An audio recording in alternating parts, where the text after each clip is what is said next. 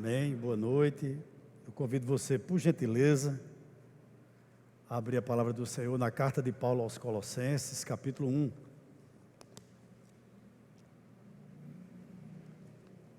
Nós estaremos lendo inicialmente do verso 1 ao verso 8, tá bom?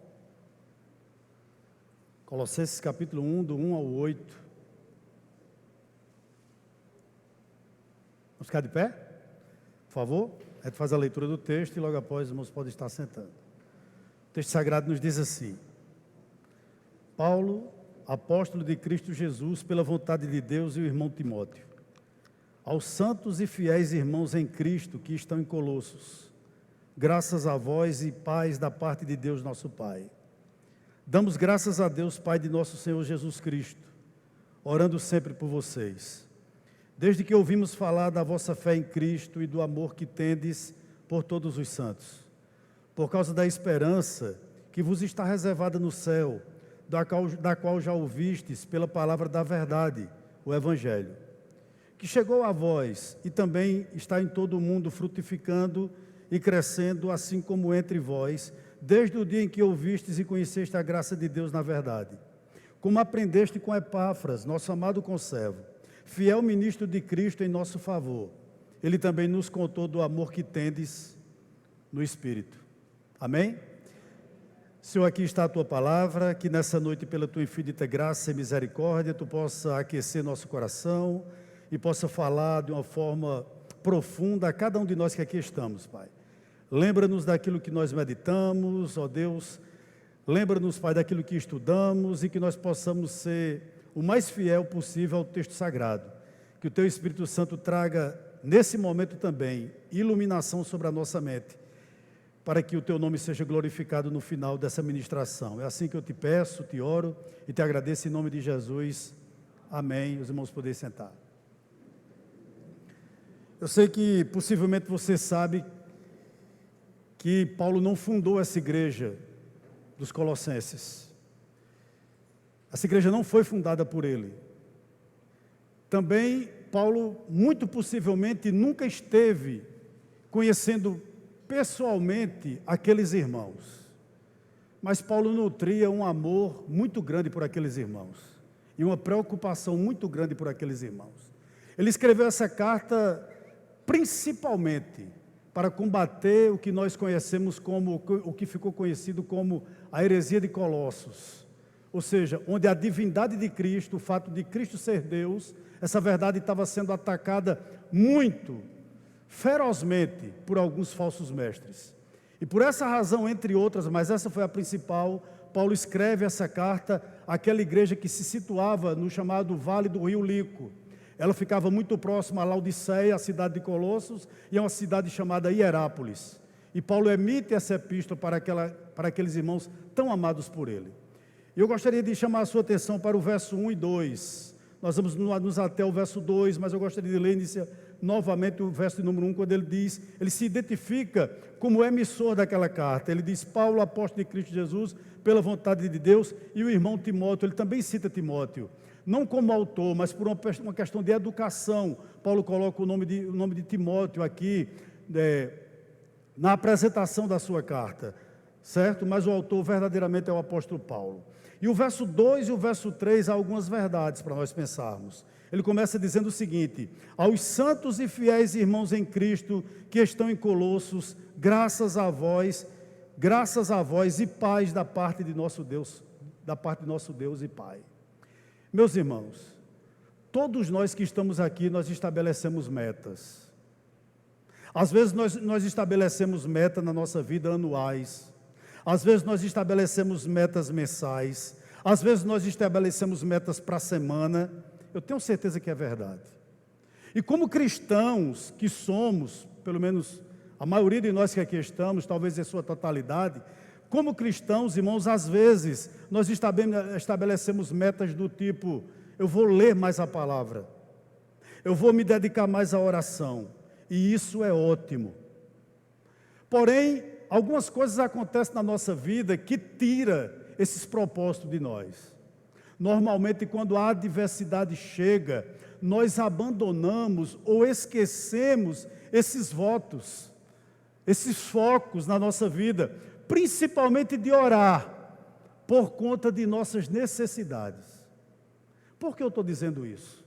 Porque o que me chama a atenção aqui é saber que Paulo se encontrava preso, na sua primeira prisão em Roma. Necessidade, carente de oração, claro que ele era, mas ele, apesar de ser alguém carente das orações, talvez nas suas orações ele pudesse colocar como lista de prioridade o fato de Deus tirá-lo daquele lugar, mas ele não faz isso. Ele se preocupa com os outros. E isso é muito claro a partir do verso de número 2, quando ele diz o seguinte: olha, aos santos e fiéis irmãos em Cristo que estão em Colossos. Ou seja, Paulo com a sua pena na mão, com o seu tinteiro ao lado, ele já tem louvor nos lábios. Ele estava algemado, ele estava preso, ele estava com a sua liberdade ceifada. Mas mesmo assim ele consegue ter louvor nos lábios. E ele escreve àquela igreja, chamando eles de quê? De santos. Paulo agradecia a Deus por ter salvado pessoas. Paulo agradecia a Deus pelo fato do Evangelho ter alcançado aquela cidade, irmãos, tão desprezível, que talvez se o Evangelho não tivesse chegado lá, nós não a conhecíamos. Nós não sabíamos nem a sua localização. Mas o Evangelho deu ênfase àquela cidade, deu notoriedade àquela cidade, por essa razão nós a conhecemos. E Paulo começa chamando aqueles irmãos de santos. Isso às vezes choca, porque principalmente nós que viemos de um viés católico, a gente acha que uma pessoa santa é aquele que é beatificado pelo Papa. E Paulo está dizendo aqui abertamente que não. Quem são os santos? São aquelas pessoas que foram libertos das trevas. São aquelas pessoas que ficaram livres da vida de pecado de antes, de outrora. São aquelas pessoas que foram alcançadas pela graça, a tal ponto de abandonar o paganismo, a bebedice, a prostituição, entre outros pecados que os irmãos conhecem. Então Paulo os chama de santos, ou seja, são pessoas que em suma conseguiram romper com o seu passado. Paulo inicia essa carta assim, mas também eles chamam eles não só de santos, chamam eles de fiéis. É impossível ser santo sem ser fiel, como também é impossível ser fiel sem ser santo. Uma coisa está correlacionada à outra. E Paulo chama aqueles irmãos de santos e fiéis. O que significa fiéis? O verdadeiro evangelho, quando ele é pregado, ele produz pessoas apaixonadas por Cristo. Eles produzem pessoas que rompem com seus antigos deuses e depositam sem medidas, sem medo, sem restrições, a fé na pessoa de Jesus Cristo. Os irmãos em Colossos entenderam isso. Eles entenderam que a fé que salva é a fé no Filho de Deus. E eu ficava me perguntando, Deus, o que eles entenderam? Irmãos, quando você vai vasculhar, é fácil. Eles entenderam acerca da encarnação de Cristo, da sua vida, do seu ministério, da sua morte, da sua ressurreição, da sua ascensão e da sua segunda vinda. Eles acreditaram nessas verdades e por essas razões eles podiam ser chamados de santos, ou seja, libertos do pecado, e alguém que acreditava, irmãos, sem nenhuma barreira na pessoa bendita do Senhor Jesus Cristo. Você poderia me perguntar, pastor, isso é importante demais. Porque eles eram pessoas, irmãos, que conseguiram a maturidade a tal ponto de dizer que não era Jesus, mas o sábado. De que não era Jesus, mas as boas obras. De que não era Jesus, mas a toalhinha ser tu uma bênção. De que não era Jesus, mas subir aos montes. Eles entenderam isso. Eles depositaram plenamente a fé na pessoa de Jesus Cristo. E aí Paulo continua, no verso 3 e verso de número 4, a nos dizer o seguinte: damos graças a Deus, Pai de nosso Senhor Jesus Cristo, orando sempre por vós, desde que ouvimos falar da vossa fé em Cristo Jesus e do amor que tendes por todos os santos. Na realidade aqui é uma oração de agradecimento, de ações de graças. Paulo está agradecendo a Deus pelo fato do que ele tem feito lá naquela pequena cidade, ou mais particularmente naquela igreja dos Colossenses. E ele começa o verso 3, e eu tiro algumas lições preciosas para nossas vidas. Primeiro ponto, nada, isso é válido principalmente para mim, nessa noite talvez, nada conseguia atrapalhar, nada conseguia mudar a agenda de oração do apóstolo Paulo, nem mesmo uma prisão. E eu aprendo uma coisa aqui, irmãos, nós podemos estar presos a situações, a doenças, a problemas financeiros, a outras questões, contudo, o Evangelho continua livre. O livre acesso que nós temos a Deus através da oração continua válido para a nossa vida, para a vida de cada um de nós que estamos aqui. Esse homem entendia isso. E mediante isso que eu estou dizendo, com base no verso 3, eu gostaria de lhe dar um conselho aqui nessa noite. Não cesse de orar por aqueles que ainda Deus não salvou. Não é o caso aqui. Talvez você tenha um pai pagão, uma mãe pagão, irmãos pagãos, filhos que não querem nada com o Evangelho. Conselho para você, não cesse de orar por aqueles que Deus ainda não salvou. Mas não só isso, não cesse de orar também pelos que jura que são salvos, mas não são, e tem muitos. Não era o caso aqui, talvez, mas também agradeça a Deus pelos que Ele já salvou, agradeça a Deus pelas reais conversões, agradeça a Deus pelas pessoas que hoje você pode chamar de santas e fiéis. Como nós temos dificuldade de dizer isso a um irmão? Veja, irmãos, como às vezes a nossa teologia é pobre. Nós achamos que santo, irmãos, é algo que nós não podemos alcançar, a santidade. E ao mesmo tempo nós temos dificuldade de chamar um ao outro, olhando no olho, dizer santo. Ou seja, perdoado. Alguém que abandonou o pecado e chamar essa pessoa também de fiel. Não é verdade? Isso é verdade.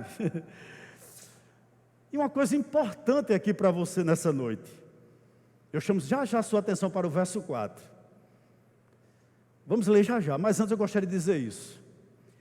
Você não consegue, a olho nu, dizer quem é salvo ou não. É impossível qualquer cristão ocupar essa plataforma que aqui eu estou e determinar fulano é salvo, Beltrano não é, fulano é salvo, Beltrano não é. É verdade. Nós não temos nem autoridade para isso, nem nós podemos fazer isso. Mas vá para o verso 4, por favor. Eu vou ler o 3, mas eu vou me ater agora ao 4. Damos graças a Deus, Pai de nosso Senhor Jesus Cristo, orando sempre por vós. Olha o verso 4. Desde que o quê? Que ouvimos de falar da vossa fé em Cristo Jesus e do amor que tendes por todos os santos. Com base aqui, ou focando mais aqui o verso 4. Repito, você não consegue a olho nu dizer quem é salvo ou não. Porém, para Paulo, para a Bíblia, para o Espírito Santo, que foi ele que inspirou, porém, a conversão verdadeira é demonstrada. É impossível você ser um cristão e não demonstrar que você foi alcançado pelo Evangelho. Base bíblica para isso, além desse verso de número 4, não precisa abrir, 1 João 3,23. João diz o seguinte, tem tudo a ver com o verso 4. Preste atenção, ele diz o seguinte, olha. Ora, seu mandamento, de quem? Mandamento de Deus, é este, que creiamos no nome de seu Filho Jesus Cristo, fé, e amemos uns aos outros, assim como Ele nos ordenou. Para ser chamado de santo, e para ser chamado de fiel, você tem que ter essas duas virtudes cardeais. É isso que está dizendo aqui. A sua conversão, se for verdadeira, ela, irmãos, exalará, ela apresentará essas duas coisas. Você não pode apenas crer em Jesus Cristo e ser um poste. Como você não pode ser uma pessoa que aceita tudo e não deposita a fé na pessoa de Jesus Cristo. É isso que esse verso 4 está nos dizendo. Interessante, né? A fé em Jesus Cristo, e somente nele, demonstra que nós temos um relacionamento correto com Deus. Aquilo que nós chamamos de relacionamento vertical. Mas o amor mostra um correto relacionamento com os irmãos. As palavras não são minhas. É de um comentarista, do pastor Hernando Dias Lopes. No comentário dele, ele diz o seguinte, olha, presta atenção, analisando esse verso 4. Fé e amor são os dois aspectos da vida cristã. Ninguém pode considerar-se um cristão se não crê em Cristo e se não ama os irmãos. O que é que eu quero chamar a sua atenção aqui nessa noite? O que me chamou a atenção nesse verso 4 era que essa igreja pequenininha, numa cidade provinciana, que não tinha os recursos, sinceramente, que nós hoje temos, conseguiram demonstrar naquele vale do Rio Lico, talvez para Laodiceia, talvez para Hierápolis, que eles tinham verdadeiramente aceitado Jesus e Jesus tinha mudado a vida deles. A conversão daqueles irmãos era notória. Eles não precisavam andar com uma faixa dizendo, eu sou cristão, ou no peito dizendo, eu sou cristão. Não, eles não precisavam, se bem que não há nada de errado em você fazer isso. Mas eles não haviam necessidade disso. Mas outra coisa me chama a atenção aqui no verso 4, quando diz, olha, desde que ouvimos falar da vossa fé em Jesus Cristo e do amor que tendes por quem? Por todos os santos. O que é que você aprende aqui? Que esses cristãos se relacionavam bem com quem atravessava o caminho deles. Eles não escolhiam quem tratar bem. Eles não escolhiam quem demonstrava amor. Eles demonstravam amor àquele que cruzasse o caminho deles. E isso não é obra do homem. Isso é obra do Espírito Santo. Você e eu não conseguimos produzir isso. Mas alcançados pela fé, tomados pelo amor que é derramado pelo Espírito Santo, eles estavam fazendo isso. Aí me permitam um parênteses aqui. Há um texto na Bíblia que eu gosto muito. Você lê em casa. 2 Samuel capítulo 15, do verso 18 ao verso 21. Davi está num dos piores momentos da vida dele. Politicamente ele está arrasado. O filho dele está querendo tomar o trono. Domesticamente ele está perturbado.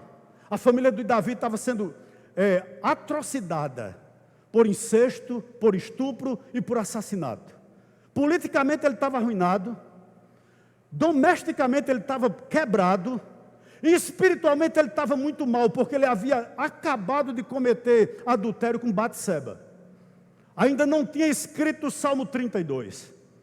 E o filho dele arquiteta um plano, e fica na porta de Jerusalém, atendendo todos aqueles que vinham se consultar com o rei, e Absalão chegava e dizia, olha, eu tenho uma palavra para tu, se eu tivesse a oportunidade de reinar no lugar do teu rei, no lugar do rei Davi, eu te dava proeminência, tu teria teus problemas resolvidos. Em outras palavras, ele estava pedindo voto na porta de Jerusalém, e levanta um motim, e tenta tomar o trono de Davi. E Davi, com medo, com mais 600 homens do exército, foge de Jerusalém. O texto diz, está lá em 2 Samuel capítulo 15, que quando Davi chega na última casa de Jerusalém, ele olha para trás como se despedindo, dando adeus. E foge descalço. Tu imagina um rei descalço. Numa crise fora do comum. E o que me chama a atenção, o que é que tem a ver com isso aqui, pastor? É que quem chega perto dele é um homem chamado Itaí,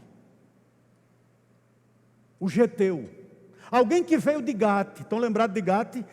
Quando Davi mata o filisteu Golias, ele traz alguns homens como cativos. E esse homem vai, irmãos, ficar lá como uma espécie de escravo. E Davi chega para Itaí ao lado dele e diz, por que tu vem comigo? Eu não tenho mais nada o que te oferecer. Vai embora, aproveita a oportunidade, volta para os teus, ou senão vai reinar com outro rei que está lá, Absalão. Eu não sei nem se trono eu tenho mais, o que é que eu tenho a te oferecer? E Itaí diz, para onde tu fores, Davi, eu vou. Nada me separa de ti. Sabe o que Itaí é? Alguém que amava Davi. Alguém que era amigo de Davi. Sabe por quê, irmãos?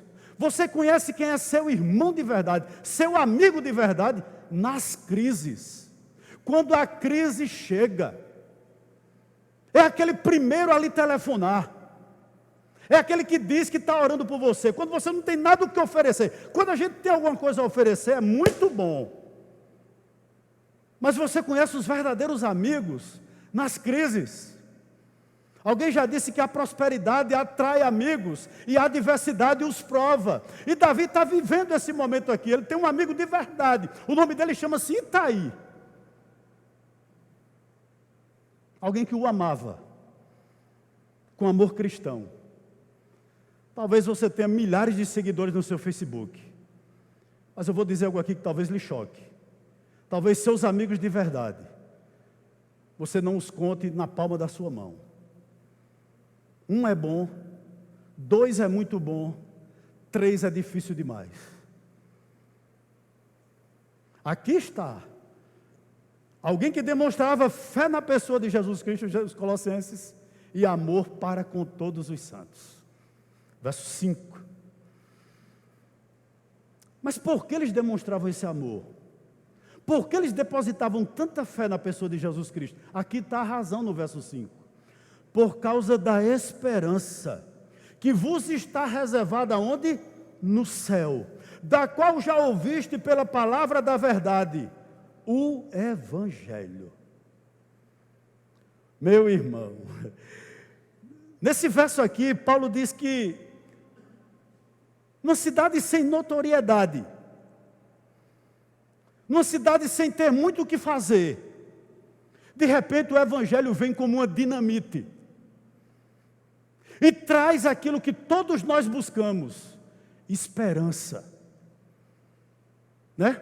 O Evangelho veio a essa cidade, e o Evangelho é exatamente isso, é Deus reconciliando o homem com Ele mesmo, com Deus, é Deus oferecendo vida eterna para quem merecia condenação eterna. Veja como isso soou, irmãos, de uma forma maravilhosa, nos ouvidos dos colossenses. E Paulo diz o seguinte, que o Evangelho lá trouxe essa esperança. Mas não era uma esperança vaga, não era uma esperança abstrata. Meus irmãos, o que nós esperamos desse mundo? Seja sincero. Se nós esperarmos em Cristo somente nesse mundo, diz Paulo em 1 Coríntios, nós somos os mais miseráveis de todos os homens. Aonde está a sua esperança? Aonde você tem depositado sua esperança? Em quê? É interessante, sabe? Ontem mãe me apresentou uma revista, eu já tinha lido a notícia, uma revista que trouxe uma reportagem com um ator de 86 anos. Ele foi considerado o homem mais bonito do mundo, Alain Delon, riquíssimo, e ele é um ator francês, e agora ele quer se mudar, se eu não me engano é para a Áustria ou para a Suécia, não lembro, ele pediu, Suíça, obrigado pastor, para a Suíça, para ser o quê? Submetido à eutanásia. Um homem riquíssimo, famosíssimo, já não tão belo, mas foi belo por muitos anos na vida, sabe? Tudo aos seus pés, tudo às suas mãos, fama, poder, dinheiro, glória, mas não tinha o que os colossenses tinham e o que você, eu creio, tem: esperança. E ele diz o seguinte: olha, eu não consigo conviver com a velhice, as dores me atormentam. Na realidade ele está dizendo a falta de glamour, a falta de alguém que se interesse por mim, a falta de alguém que diga, como você é lindo, maravilhoso, isso me incomoda, eu sinto falta disso. Por quê? Porque ele não tem a verdadeira esperança. Mas o que me chama a atenção aqui, é que Paulo diz que quando o Evangelho é pregado, Quando o evangelho é anunciado, ele gera no coração daquele que é santo e fiel. O que, pastor? Esperança. Uma esperança que nos está reservada onde? No céu. Pedro fala muito bem sobre isso, né, na sua primeira epístola. Ele diz que essa esperança, ou seja, que essa herança, ela é incorruptível. Sabe o que Deus está nos dizendo nessa noite? Que a nossa vida eterna não apodrece.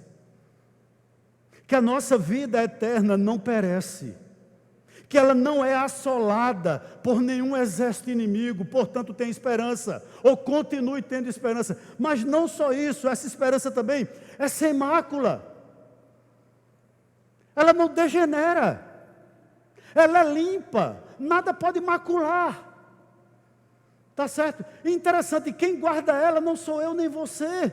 Ela está guardada nos cofres do céu, está reservada para você, não tem quem possa roubá-la, ela é sua, se alegre por isso nessa noite, ela é sua, e essa esperança tem um nome, ela chama-se Jesus Cristo, louvado seja Deus, e ela é também inacessível, ou seja, ela não murcha, ela não perde o seu valor, ela não perde a sua graça, ela não perde a sua beleza. O que é que eu estou querendo dizer aqui nessa noite, irmãos? Na segunda vida de Cristo, haverá ressurreição do nosso corpo. Essa esperança, Paulo diz lá em 1 Timóteo 1:1, Cristo, Ele é a nossa esperança. O mesmo apóstolo diz aqui no verso capítulo 1, verso 27 dessa carta que nós estamos analisando, Cristo em nós é a esperança da glória. Você está me entendendo? Os irmãos estão me entendendo nessa noite? Existe algo reservado para você e para mim. Está guardado, está reservado, não tem quem tome, não tem quem roube, não vai murchar, sabe? Não vai perecer, ela é sua. Quando Cristo retornar, se nós estivermos vivos, seremos arrebatados juntamente com Ele nos ares. Se estivermos mortos, ressuscitaremos com Ele. Louvado seja o nome do Senhor. Verso 6. Ele diz que esse evangelho chegou a vós, e também está em todo o mundo frutificando e crescendo, assim como entre vós, desde o dia em que ouviste e conhecesse a graça de Deus na verdade. O que é que Paulo está dizendo aqui? Ele está dizendo que esse evangelho chegou aos colossenses transformando-os. O evangelho chegou aos colossenses fazendo deles santos e fiéis. É isso que ele está dizendo aqui. Porém, também chegou em outras partes. Houve transformações em outros lugares. E é isso que o evangelho faz. Só há uma esperança, irmãos, para a nossa família. Só há uma esperança para o teu vizinho. Só há uma esperança para teu colega de trabalho, para teu colega de aula, de sala de aula. Só há uma esperança para ele. Só há uma esperança para o noiado que mora na tua rua. Só há uma esperança dele ser mudado, dele ser transformado. Paulo está dizendo o seguinte, com base aqui no verso número 6, a mensagem do evangelho não é elitista. Ou seja, ela está ao alcance de todos. Ela está ao alcance de pobres, ela está ao alcance de ricos, ela está ao alcance de doutores, ela está ao alcance de analfabetos, ela está ao alcance de grandes, de pequenos, de homens e mulheres. Ou seja, o evangelho ele não é a mensagem que Deus pede, mas o evangelho é a mensagem que Deus te oferece. É isso que ele está dizendo aqui. O evangelho ele não fala do que Deus exige do homem, mas do que Deus dá ao homem. Você entende isso nessa noite, irmãos? O que é que ele está dizendo aqui no verso 6? Que o evangelho chegou até eles, mas também frutificou no mundo conhecido, frutificando e crescendo assim como entre vós, desde o dia em que ouviste e conhecesse a graça de Deus na verdade. Interessante, o que é que eles entenderam? O que foi que esse povo entendeu? Deus nos deu o que nós não merecíamos. Deus foi misericordioso conosco. Todos nós que estamos aqui, como os colossenses, e todo ser humano, merece o inferno. É duro dizer isso, mas é a realidade. Mas pela infinita graça, Deus mandou que seu filho morresse pelos injustos. Você não vai para o céu por mérito, é pura misericórdia, é pura graça de Deus. Por essa razão você é salvo. Quando eles entenderam isso, irmãos, com certeza eles ficaram alegres. E como é difícil, irmãos, a gente alegrar algumas pessoas que não entendem o Evangelho. Você tenta de todas as formas.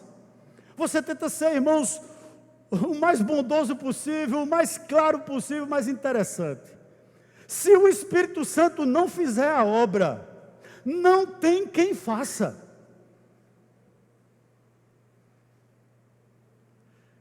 Eu estava participando da Consciência Cristã, e o pastor, que eu não lembro o nome agora, o que veio lá do Piauí, ele disse algo muito interessante. Ele disse, entre outras coisas, ele disse o seguinte, ele disse, olha, sabe por que nós temos tantos maus líderes hoje em dia?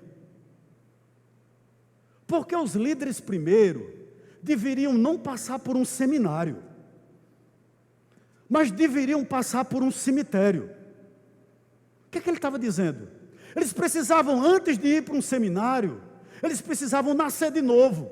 Eles precisavam morrer e nascer com Cristo. E é verdade. Quando a gente entende isso, irmãos, a gente é feliz. Que nós não merecíamos nada, mas foi pura graça. Foi pura misericórdia de Deus. Você está ouvindo hoje à noite aqui. E se alegre com isso. Você foi salvo pela obra de outro. Alguém morreu na cruz para que você pudesse ser salvo. E isso, irmãos, chama-se graça. Sabe o que eu estou querendo dizer? Que você é um privilegiado, por ter sido alcançado por essa verdade. Por isso aqui ainda arder no teu coração, porque tem gente que não arde mais, não faz mais diferença. Não faz mais diferença. Martinho Lutero dizia o seguinte, olha, os salvos são escolhidos não por seus próprios méritos, mas pela graça do mediador. Versos 7 e 8. Olha o que o texto nos diz. Como aprendeste com Epáfras, nosso amado conservo, fiel ministro de Cristo em nosso favor, ele também nos contou do amor que tendes no Espírito. É interessante que aqui você nota que Paulo muda o foco. Se Paulo vinha falando da mensagem do Evangelho, agora ele muda um pouco o foco e fala do mensageiro. Ele vem falando sobre o Evangelho, sobre a mensagem. Mas no verso 7 e no verso 8, ele muda um pouco o foco. E ele vai falar do mensageiro. Vamos reler o verso 7? Como aprendestes com Epáfras, era o pastor daquela igreja, nosso amado conservo, fiel ministro de Cristo em nosso favor. A pergunta é, como alguém pode se tornar santo e fiel? Vou repetir. Como alguém pode se tornar santo e fiel, se não há quem pregue? Como os colossenses podiam romper com a vida dele do pecado e acreditarem na pessoa bendita de Jesus Cristo, se não houvesse quem pregasse? Impossível. Paulo, lá em Romanos capítulo 10, verso 14, diz o seguinte: como, pois, invocarão aquele em quem não creram? E como crerão naquele de quem não ouviram falar? E como ouvirão, se não há quem pregue? Me permita esse parênteses aqui, queridos. Há cerca de uns 2 meses atrás, eu ia chegando de um culto aqui ao domingo, na minha casa, e quando eu coloquei o carro na frente, tinha 3 irmãos de uma determinada igreja em frente à minha casa conversando. E eu os cumprimentei com a paz do Senhor, eles cumprimentaram, são conhecidos meus. E eu fui lá e era um oficial da igreja, e um casal que congrega lá com eles. Eu fui lá e eu cumprimentei aquele oficial dizendo: rapaz, graças a Deus que sua igreja é uma igreja de oração. E ele deu um risozinho assim, meio sem graça, e disse o seguinte: pastor, já fomos. Nós estamos morrendo de fome, pastor. E o casal que estava do meu lado, o pastor, o homem, me disse o seguinte: espiritualmente eu estou morto. Está vendo esse paletó? Está vendo essa gravata? É fachada. Eu estou na igreja porque minha esposa lá é líder de um grupo, de um determinado grupo lá na igreja, e ela não quer que eu saia. Mas todos nós aqui estamos famintos. Nós estamos morrendo de fome naquele lugar. O que é que eu gostaria de que vocês pensassem aqui? O que é que Paulo está enfatizando naquela igreja de Colossos? Existia naquele lugar um homem chamado Epáfras. Paulo chama ele de nosso amado conservo, em outras palavras, um cooperador. Alguém que gastava as pestanas, alguém que gastava as solas do sapato, alguém que gastava os neurônios, o tempo, para ensinar a eles. Os irmãos estão me entendendo? Aqueles irmãos só puderam crescer espiritualmente porque existia um púlpito saudável. E Paulo chama ele de conservo. Possivelmente, irmãos, Epáfras era natural de Colossos, mas ele se converteu durante o ministério de Paulo em Éfeso. E quando ele ouviu aquela mensagem, o que fez ele? O que fez ele? Ele fez o que o gadareno entendeu de Jesus. Estão lembrados? O que Jesus disse ao gadareno? Vai para os teus e anuncia-lhes quantas coisas o Senhor fez por ti. Epáfras entendeu isso. Epáfras disse o seguinte: eu não posso ficar com essa mensagem só para mim, eu tenho que compartilhar na minha cidade, eu tenho que correr para os meus que estão indo para o inferno. E assim ele o fez. O que é que me chama a atenção aqui? Ele era um cooperador. Ele era alguém que olhava para onde Paulo olhava, para onde o evangelho estava. Mas não só isso, ele disse que ele era também um fiel ministro de Cristo em nosso favor, ao favor de Paulo, né? E ao favor dos colossenses também. O que é que eu aprendo aqui? Que aquele homem, ele não só os evangelizou, ele também os discipulou, ele os instruiu, ele os alimentou. O que é que eu aprendo aqui? Ele era um fiel ministro de Cristo. O que isso significa? Ele era um escravo da palavra. Ele não pregava o que o povo queria ouvir, ele pregava o que o povo tinha que ouvir. Ele sabia qual era a necessidade do rebanho. Ele era alguém comprometido com a verdade.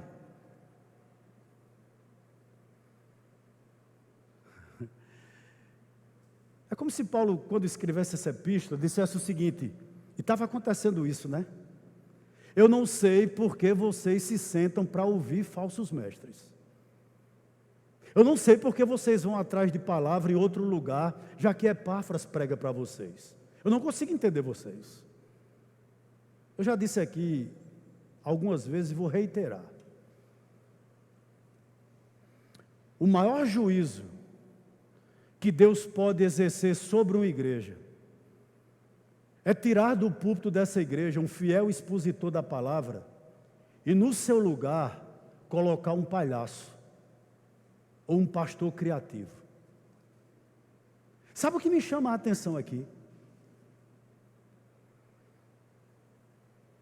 É que Epáfras não criava corrida gospel,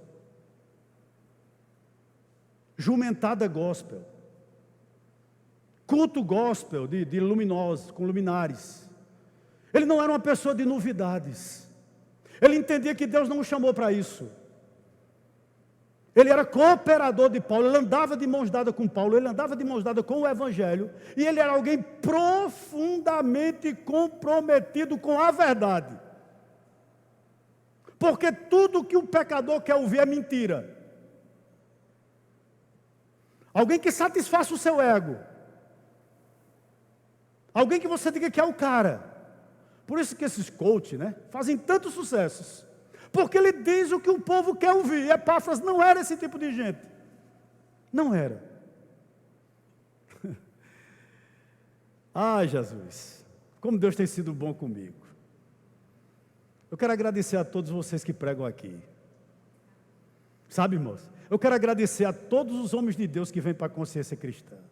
Eu quero agradecer, irmãos, a todo o livro que eu compro, que Deus tem me dado condição para ler. Eu gostaria de agradecer demais as pessoas que têm norteado minha vida. E têm dito, olha, pastor, não é por aqui. Eu sou, sinceramente, eu sou muito humilde para isso. Não é por aqui, é por aqui. É por aqui. O caminho não é esse, o caminho é palavra e oração. Amém.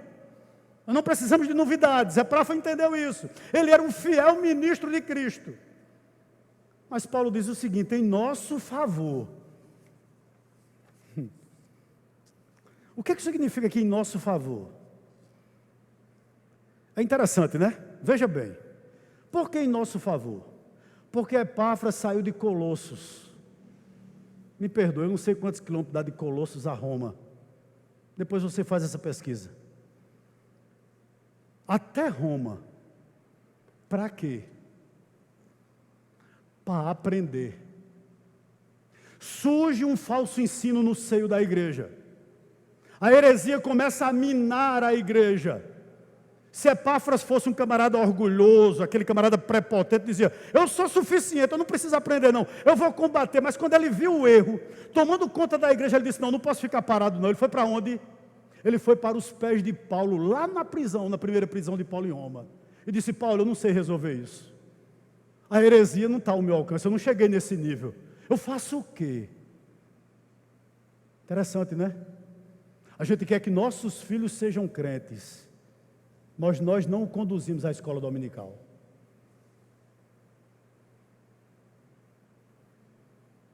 Nós queremos crescer como homens de Deus, mas a gente não vem para os estudos dos homens. A gente gostaria de jovens cheios da presença de Deus, né? Mas a gente, irmãos, pula o culto dos jovens. Parece que o estudo com as mulheres já não é mais tão importante para os que faltam, para as que faltam. Porque parece que nós somos autossuficientes. Epáfras não era assim. Ele estava disposto a aprender. E ele sabia, irmãos, quando era algo nocivo, ele disse, eu preciso aprender com alguém. Por isso ele procurou Paulo. Mas ele também era alguém preocupado com a salvação do rebanho. Olha que coisa interessante. Por que ele diz que aqui, no verso 7, no finalzinho, que ele é um fiel ministro de Cristo em nosso favor? Porque ele era fiel para com Paulo, mas ele era fiel também para com a igreja. Ele era fiel também para com a igreja.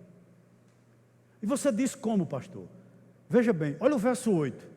Ele também nos contou do amor que tendes no Espírito. Eu creio que Epáfras chegou naquela casa onde Paulo estava preso e disse, Paulo, muita gente está dando ouvido a falso mestre. Isso tem me entristecido demais. Mas Paulo, eles são pessoas que o Espírito Santo atua pelo amor. Não vamos perdê-lo, não. Posso lhe dar um conselho aqui nessa noite?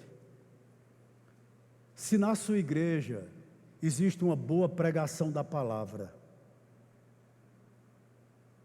não dê tanto valor se o ar está frio ou quente demais, se a cadeira não está de acordo com o que você acha, se o chão está um pouco sujo, se o louvor não é tão bom, se o pastor não é tão bom, se você gostaria de outro pastor, mas se ele tem se esforçado a pregar a palavra, enalteça isso. Veja as virtudes antes de ver defeito. Era um problema, eles estavam com problema, mas Paulo, o Espírito Santo está operando neles, a ponto deles se amarem. Eu preciso ajudá-los. Vamos caminhar mais um pouquinho, eu prometo ser rápido. Verso 9. Olha o que diz o texto, é aqui a oração propriamente dita. Portanto, desde o dia em que soubemos disso, ou seja, disso o quê? Do amor que eles tinham, da fé que eles tinham, sabe? Do amor que estava sendo operado ali, desde o dia que ouvimos falar, até do próprio perigo da heresia, desde o dia em que soubemos disso, nós também não cessamos de orar por vós e de pedir que sejais cheios do pleno conhecimento da sua vontade, em toda a sabedoria e entendimento espiritual. Meu irmão,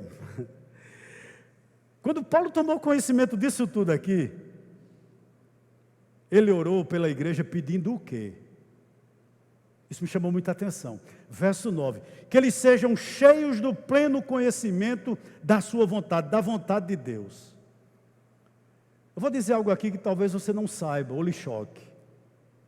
O primeiro propósito de uma oração não é tanto você falar com Deus, é você escutá-lo. É você escutá-lo. E eu gostaria de lhe fazer uma pergunta aqui: como descobrir a vontade de Deus para você? Meu querido, nós não conhecemos a vontade de Deus indo buscar pessoas iluminadas. A vontade de Deus não nos é dita através de visões. A vontade de Deus não é manifesta para mim e para você através de sonhos. A vontade de Deus para mim e para você, ela é revelada nas Escrituras. Você quer saber o que Deus tem para você? Abra as Escrituras. E Paulo pede isso, olha, que eles sejam cheios do pleno conhecimento da tua vontade. Cheios, ou seja, significa alguém que é controlado pela Bíblia. Alguém que é direcionado pela Bíblia. E eu fico, às vezes assim, muito... Eu não sei se é perturbado ou triste, irmãos, quando alguém toma uma decisão que, biblicamente falando, não é a correta. O conhecimento para você, para a sua vida, está na palavra de Deus, e não fora dela. Mas Paulo pede ainda outra coisa, olha, sabedoria e entendimento espiritual. O que significa isso? Quando você conhece a Deus, através da sua palavra, você tem discernimento. Ele diz sabedoria e entendimento espiritual, ou seja, você vai ser capacitado a distinguir o bem e o mal. Quem tem sabedoria, irmãos, ele sabe o que é palha e o que é trigo. Quem tem sabedoria sabe discernir o vil do precioso. Você sabe onde ficar, você sabe com quem se abrir, você sabe que direção tomar dentro do teu casamento, você sabe que filho deve ser. Tudo isso você sabe separar. Por quê? Porque você tem sabedoria. É isso que Paulo está dizendo aqui. Mas é preciso ter sabedoria, mas também entendimento espiritual. O que significa isso? Aplique o que você sabe da palavra de Deus na sua vida. Aplique no seu dia a dia. Por que eu estou dizendo isso? Foi dito aqui terça-feira passada. Há muitas pessoas, irmãos, que conhecem a Bíblia, mas vivem como um tolo. Foi nos dito aqui terça-feira. Sabe qual é meu grande medo? Com base aqui nesse verso 9, é que a gente consiga ser um poderoso teólogo, mas um fracasso na vida. E como tem gente assim, que conhece demais, mas quando vai para o entendimento, você vê que entendimento espiritual não existe, porque não aplica na vida dela, aplica na vida dos outros, mas não consegue aplicar na vida dela. Aí Paulo está orando para a Deus pela igreja dos Colossenses, para que exista isso na vida deles, não apenas sabedoria, mas existe também entendimento espiritual. Verso 10, vamos só até o verso 12, irmãos. Assim oramos para que possais viver de maneira digna do Senhor, agradando-lhe em tudo, frutificando em toda boa obra e crescendo no conhecimento de Deus. Interessante, sabe? Eu fui pregar em um certo lugar ali, e eu fiz a seguinte afirmação. Eu disse que a nossa vida, ela deveria estar, assim, tão digna de ser vivida, que quando colocada ao lado da de Cristo, a balança ficasse mais ou menos equilibrada. Eu não disse que nós éramos perfeitos, mas eu quis dizer com isso que nós temos um modelo, e o modelo do cristão sempre será Jesus Cristo. Obviamente, nós nunca conseguiremos a santidade de Cristo. Mas nós temos que, pelo menos, parecer com Ele. E quando terminou o culto, de púlpito, o pastor me repreendeu. E já é a segunda vez que ele faz isso. E eu fiquei pensando, eu não disse nada.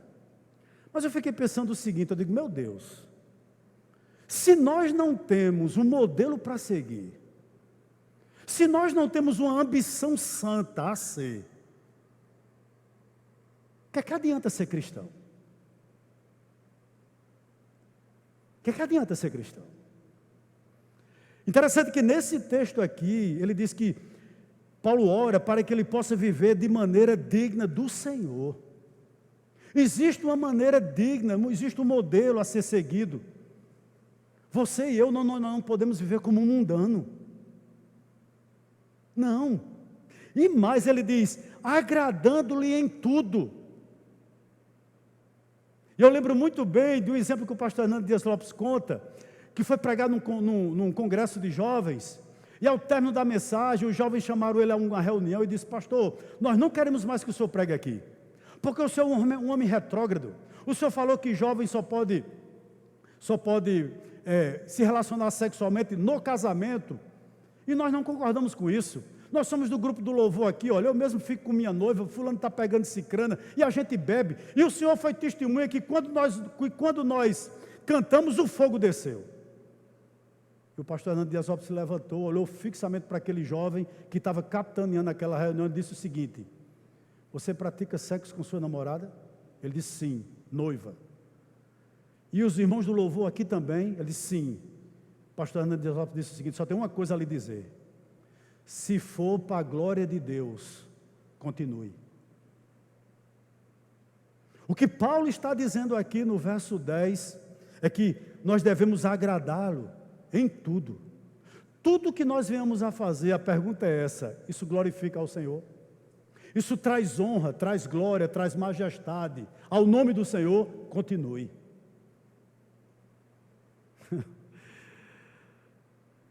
Verso 11. E já vamos partir para o final. Fortalecidos com todo o vigor, segundo o poder da sua glória, para que com quê? Com alegria, tenhais o quê? Perseverança e paciência. Esse pedido do verso 11, irmãos, é importantíssimo. Sabe o que Paulo está pedindo a Deus para a igreja dos Colossenses? Se isso acontecesse conosco hoje. Que Deus capacitasse eles para a vida. Você viu isso aqui? Vou reler o verso 11. Fortalecidos com todo o vigor, segundo o poder da sua glória, para quê? Com alegria tenhais toda perseverança e o quê? E paciência. Eu acho interessante, irmãos. Hoje tem cristãos que determinam, tem cristãos que pisam na cabeça da serpente, tem cristãos que dão ordem a Deus, mas não conseguem viver o verso 11.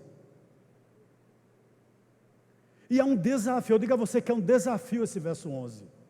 Porque o que Paulo está pedindo a Deus para aquela igreja é o seguinte, olha, que nada nessa vida tire a alegria do teu povo, Senhor. Porque é possível, irmão, nós passarmos por provação sem alegria, como um estoico. Mas Paulo está pedindo, olha, que nada, interessante aqui o seguinte, né? Que perseverança significa o seguinte, você passar por um momento difícil, mas alegre, não é coisa fácil. Eu ouvi o pastor Ronaldo Lidório ontem, uma palavra maravilhosa, e ele disse o seguinte, olha, o que fazer, com aquele jeito dele, né? O que fazer quando no melhor momento da vida, você é acometido de um câncer? O que fazer quando você vê seu filho envolvido em prostituição? O que fazer quando o seu cônjuge começa a falar em divórcio dentro do lar? O que fazer? Aí sabe o que ele diz? Crer. Nós não fomos chamados a questionar Deus, mas se você está no centro da vontade de Deus, a única coisa que você deve fazer é continuar acreditando. E é isso que Paulo está pedindo aqui. Que Deus nos capacite até o quê? Até perseverança, ou seja, saber lutar com situações difíceis. Mas não só isso.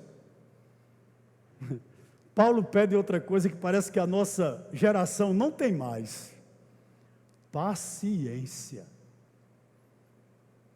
Se perseverança é a capacidade de lutar com situações difíceis, sem perder a alegria, paciência é a capacidade de conviver com pessoas difíceis, sem perder a alegria. É desafiador, não é?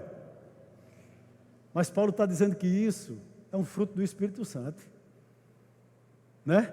Essa alegria não é terrena, não é encontrada em livros, não é encontrada em técnicas, em ciência, não. Ela é dada pelo Espírito Santo. Eu vou só dar um exemplozinho aqui mais e a gente já termina. Sabe?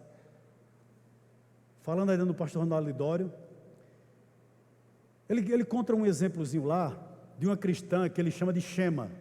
É um nome fictício, não é o nome real da menina, porque não pode ser dito para preservar a menina, nem também um país, mas é um país budista, em sua grande maioria. Ele disse que Shema era uma entregadora de moto, na cidade onde ela reside. E ela fazia entregas de moto. E um dia ela estava andando pela calçada e ouviu um hino. Ouviu um hino vindo de uma casa, um hino vindo de uma casa. E ela começou a se aproximar e viu que era um hino cristão. E bateu incessantemente na porta. E depois de muito bater, uma pessoa abriu a porta. E ela disse: o que é que vocês estão fazendo aí? E não sei se o pastor, o missionário respondeu: nós estamos louvando ao Senhor Jesus Cristo. Ela disse: eu posso entrar? E eles abriram a porta e aquela moça entrou. E foi ministrada, louvou ao Senhor e voltou para casa. Quando chegou em casa, disse aos pais: pai e mãe, eu encontrei uma pessoa maravilhosa hoje. O nome dela é Jesus Cristo. E eu vou louvar todas as quartas e todos os domingos com eles. E o pai dela disse: você vai voltar lá? Ela disse: vou. Tomou a moto. E de onde ela morava para onde os irmãos se reuniram, 7 quilômetros. E ela pegou uma bicicleta velha e ia de bicicleta. 7 quilômetros para ir, 7 para voltar. Ao chegar dos cultos, ela abraçava o pai e a mãe, beijava-os carinhosamente e dizia: Jesus ama vocês. No outro dia o pai se levantou e disse: você vai continuar indo? Vou. Tomou a bicicleta. Ela passou a ir a pé. 7 quilômetros para ir, 7 quilômetros para voltar. Ao chegar, abraçava, beijava o pai e a mãe e dizia: Jesus ama vocês. O pai olhou para ela e disse: você vai continuar aí àquele lugar? Ela disse: vou. Ele tomou as sandálias. Ela passou aí descalça. 7 quilômetros para ir, 7 quilômetros para voltar. Quando chegava em casa, o que ela fazia primeiro? Abraçava o pai e a mãe, beijava carinhosamente e dizia: Jesus ama vocês. E o pai olhou para ela e disse: tem alguma coisa estranha nessa menina. Tem alguma coisa diferente nesse Jesus. Nós queremos conhecer esse Jesus. E foram com eles. Chegaram lá, se converteram os dois. Foram 3 agora na casa. Os irmãos estão me entendendo? Como Shema ganhou os pais? Com o amor. Com o amor. Isso é grandioso demais. E esse amor produz perseverança. E produz paciência. Sempre com alegria. Razão para isso eu fecho e vou-me embora. Verso 12. Dando graças ao Pai, que vos capacitou a participar da herança dos santos na luz. Se alegre. Sabe por quê? Porque em Cristo Jesus você é salvo. Nós te louvamos, Senhor, nessa noite. Glórias sejam dadas ao nome do Senhor. Amém?